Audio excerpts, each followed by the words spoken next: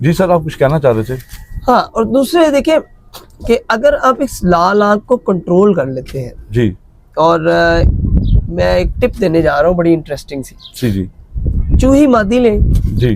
तेज लाल आंख उसमें लगा दें। अच्छा।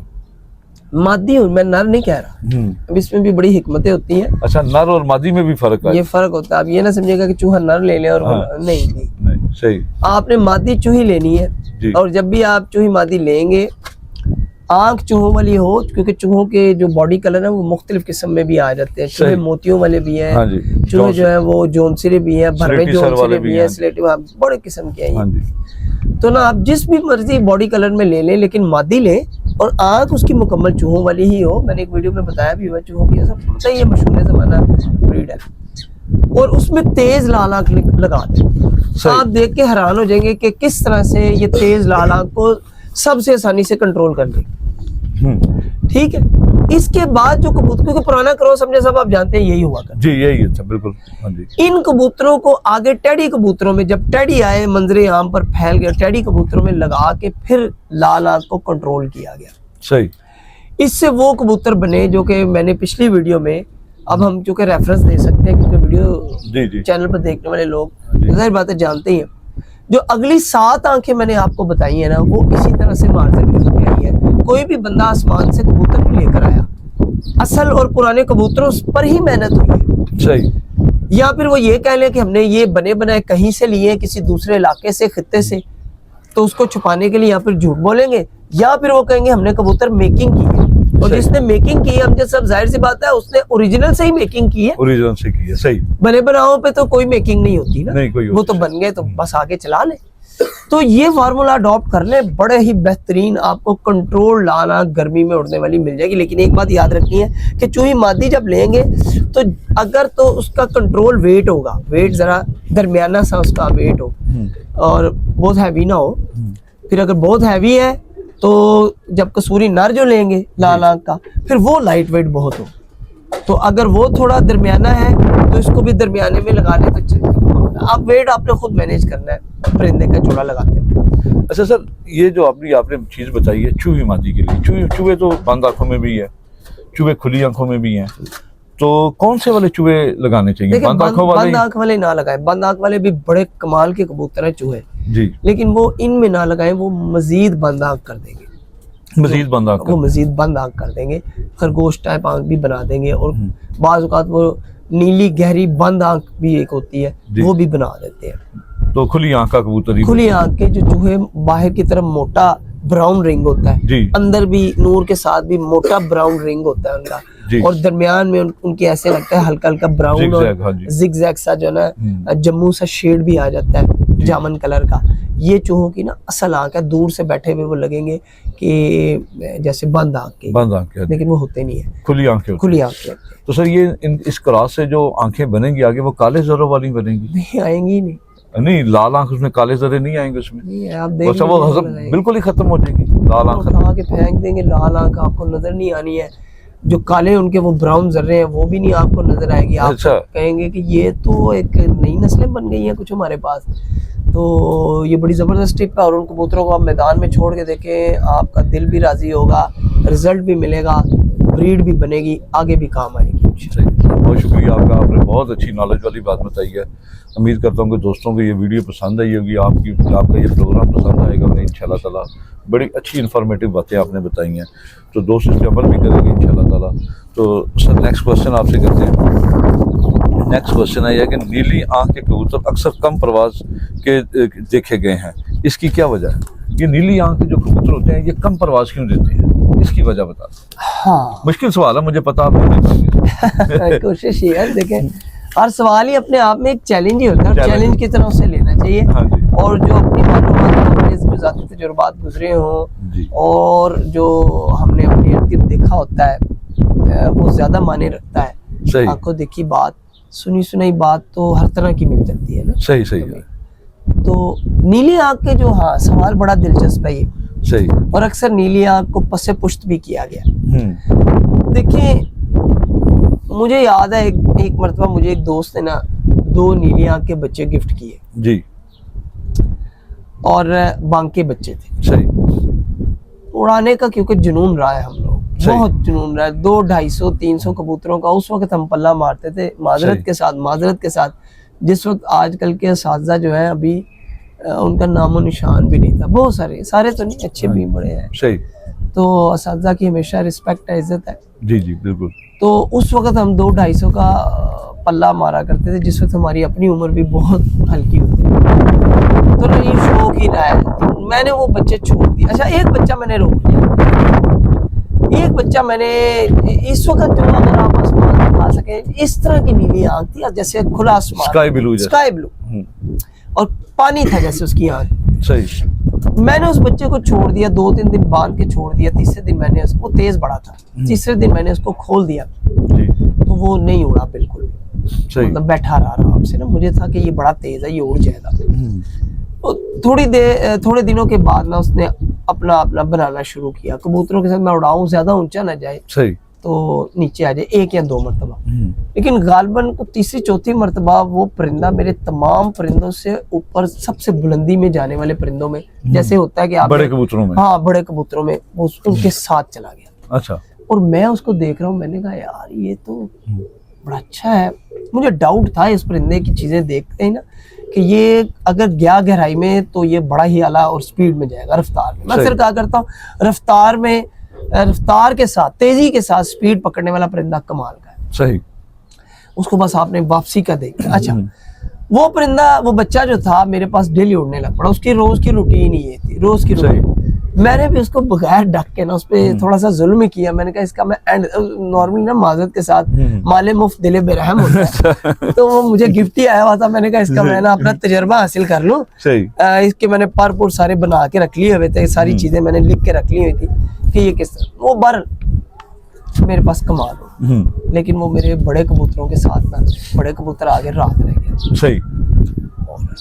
उसका जो भाई था वो मेरे पास आया, लेकिन इस दौरान मैंने देखा कि वो नीली आंख तकरीबन क्रिस्टल आंख बन गई थी, सफेद। अच्छा, क्रिस्टल, जैसे क्रिस्टल आंख, ये रॉयल टेडी जैसे इस तरह की, ये भी क्रिस्टल आंख में आती है? बिल्कुल, आप सही कह रहे हैं। इस तरह की आंख वो बना गया था, उड़ उड़ कर। सही। दूसरा बच्चा मेरे पास था, वो गहरी आंखें करता चला गया, नीली आंख। ये भी मैंने आपको एक बात बताई है कि परवाज में जाकर नीली आंख के बहुत सारे कबूतर अपनी आंखों को तब्दील कर लेते हैं। सही। कुछ हल्का सा प्याजी डोरा ले आते हैं। कुछ कबूतर ऐसे होते हैं जो क्रिस्टल आंख कर जाते हैं। सही। कुछ कबूतर गहरी नीली आंखें करते चले जाते हैं। सही। ये आपके इर्द गिर्द के माहौल भी आंख पर असरअंदाज होता है। कबूतर की उम्र भी उस पर असरअंदाज होती है। उसी तरह से नीली आंख में भी तब्दीलियां आती हैं। तो पहले हमें ये चीज समझनी है कि ये नीली आंख, एक कबूतर है जिसकी नीली आंख बहुत तेज जर्रों वाली है, शदीद नोयत के। इस तरह के कबूतर जौन सिरे और सफेद मैंने बेतहाशा उड़ते देखे हैं। सही। दूसरी नस्ल जो है, जैसे जालदार हो, ये कबूतर 12, 1, 1.5, 2 तक मैक्सिमम देखे गए तजर्बा। फिरोजपुरी कबूतर जिस तरह के लाते हैं। अच्छा सर, ये 12, 1, 2 बजे की आप प्रवास की बात करें, अगर इन्हीं कबूतरों को जब हम खुराक पे ले आते हैं तो अपना हाथ पे चढ़ाते हैं, देसी खुराक की बात कर रहा हूँ मैं, बादाम वगैरह जो हम देते हैं, तो ये प्रवास को बढ़ा लेते हैं, ज़्यादा से ज़्यादा 2-3 घंटे 4 घंटे का फ़र्क डाल लेते हैं मेरे ख्याल से। बिल्कुल ऐसे डाल लेते हैं, बिल्कुल करते हैं। इस पर तो बल्कि एक अलहदा से भी टॉपिक होना चाहिए जी। और ये बड़ा दिलचस्प है कि ये क्या मामला है कि पुराने वक्तों में, बल्कि एक सवाल भी आप कह रहे थे इस तरह का है, तो उसमें इंशाल्लाह डील कर लेंगे हम। हाँ जी। तो बहरहाल नीली आंख के कबूतर उड़ते हैं जी, क्यों नहीं उड़ते? अगर उन कबूतरों की आंख खुली हुई ज्यादा हो, तो जैसे लाल आंख खोल दी जाए तो ज्यादा उड़ते हैं। नीली आंख के भी अगर आप खोल देते हैं। नहीं सर, यहाँ भी एक छोटा सा क्वेश्चन बनता है कि देखें, सियालकोटी की 9 किस्म की आंखें हैं, ठीक है ना, 9 किस्म की, कोई नीली कहते हैं, कोई बैली कहते हैं, कोई बंद आंख, मतलब मुख्तलिफ किस्म की आंखें हैं। सियालकोटियों में भी जो सबसे अच्छी आंख है वो कौन सी आंख कहलाई जाएगी? चाहे वो चूहे कबूतरों में है, चाहे वो बटेरों में हो, चाहे वो मतलब किसी भी सियालकोटी नस्ल में हो, तो वो कौन सी आंख ज्यादा? क्योंकि बंद आंख के तो सारी छत वाले भी बंद आंख में निकल आते हैं। बिल्कुल निकलते हैं, बिल्कुल निकलते हैं। देखिए, सियालकोटियों में भी आप जो देखेंगे जो बहुत अच्छे रिजल्ट के हैं, वो 2 आंखें जी। एक तो जो डायरेक्ट यानी उड़ाने वाले, मैं डायरेक्ट क्रॉस में लगा के, अभी जैसे मैं बात कर रहा था कि चूही आंख को क्रॉस में लगाए, बेतहाशा रिजल्ट है, बहुत ही जबरदस्त रिजल्ट सही। तो कबूतर का देखिए उड़ना, बात वहीं पे आ जाती है, बैलेंस की बात है। अक्सर लोग सियालकोटियों को बुरा समझेंगे, अक्सर लाल आंखों को भी बुरा, बड़ी बड़ी लाल आंखें नहीं उड़ती हैं। सही। बात वही है, मैं अक्सर कहा करता हूँ कबूतर ना एक मुकम्मल पैकेज होता है, उड़ने वाला कबूतर एक मौसम के एतबार से, माहौल के एतबार से मुकम्मल पैकेज है। वो उसको फिट हो जाता है उस माहौल में तो वही कबूतर वहां उड़ा, वही कबूतर दूसरे माहौल में फिट नहीं होगा, नहीं उड़ता, तो जहाँ नहीं उड़ता वो कहता है ये वाला कबूतर इस तरह की आंख वाला ठीक नहीं। सही।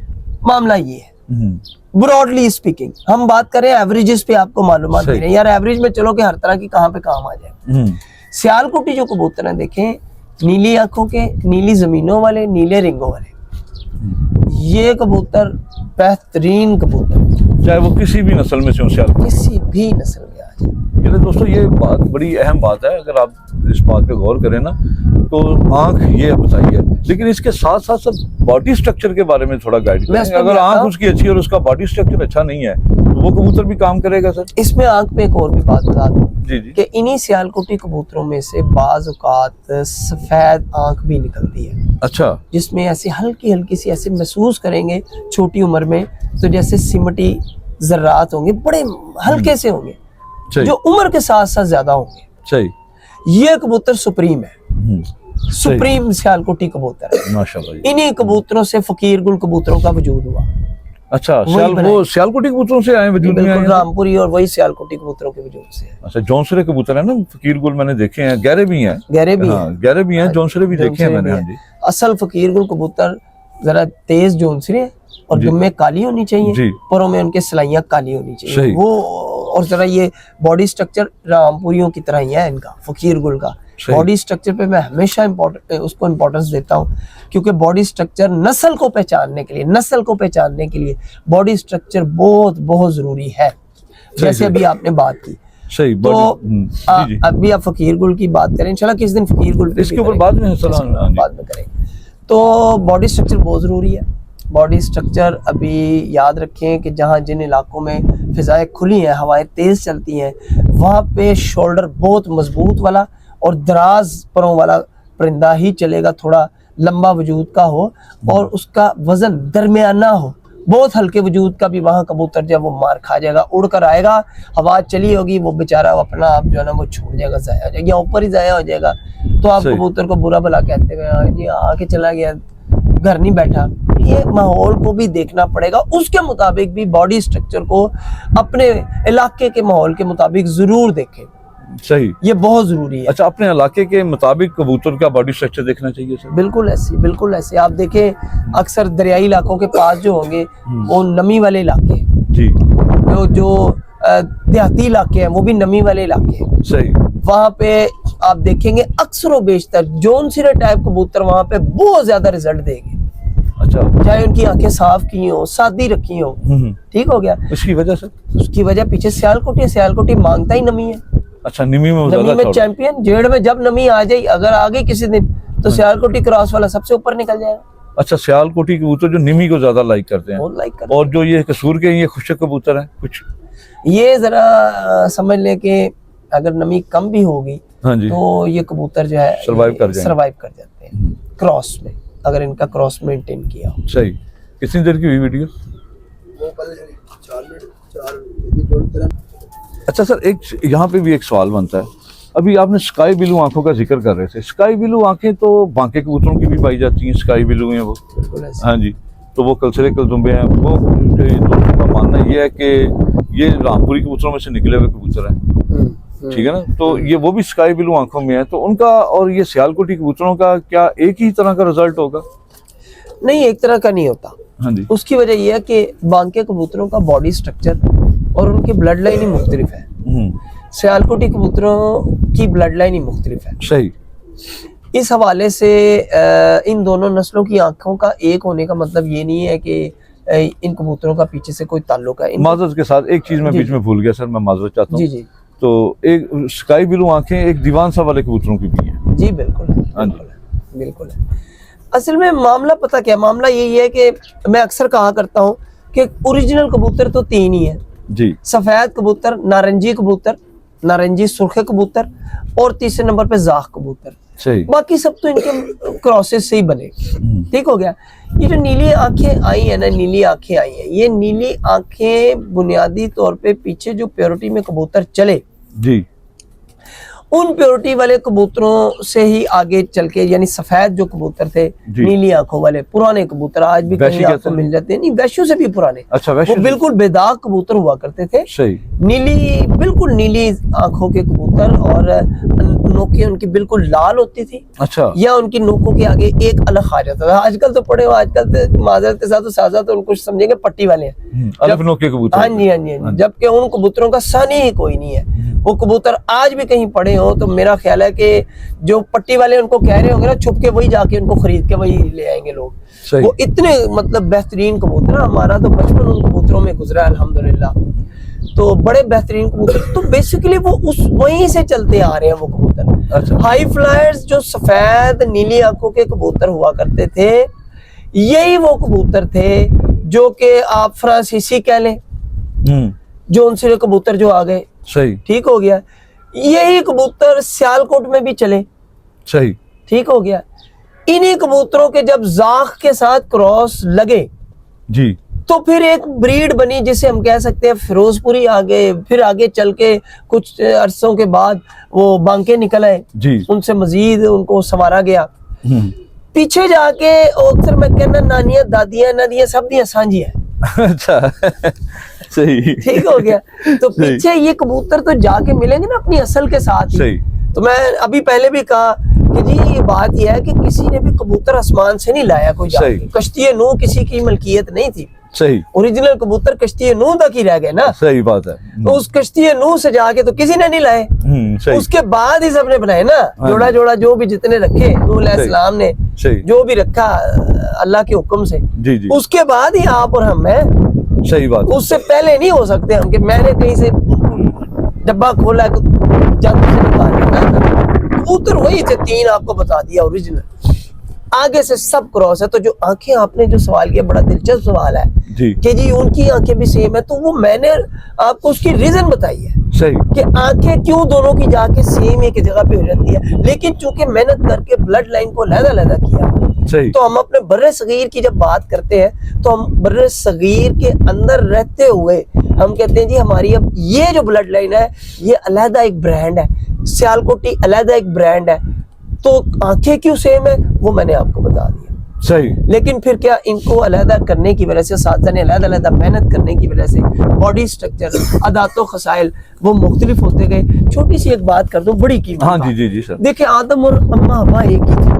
सही। बस यहीं तक ही सब कुछ समझ आ जानी चाहिए। सही। आदम अलैहिस्सलाम अम्मा हवा एक ही थे। सही। ठीक हो गया। अब आगे से हम जो इतने सारे आए हैं तो मुझे बताएं ना, फिर हम सब की आदतें तो मुख्तलिफ हो गई। चिट्टा है, कोई काला है, मतलब हर मुख्तलिफ कलर के इंसान हैं। आप खुद देख लें। हाँ जी, बिल्कुल सही। फिर क्या होता है जी, अराइयों की ये खासियत है। हाँ जी। है जी, शेखों में ये पाया जाता है। ये सभी हमारी जाते काबिल एहतराम है। मिसाल दे रहा हूँ, लेकिन वो खासियतें होती हैं उनमें। क्यों? कि वो जब तक अपने आप में नस्लें रहेंगी, कबाइलों के अपने रहने सहने के तरीके थे, वहाँ के लोगों की खासियतें वही थी।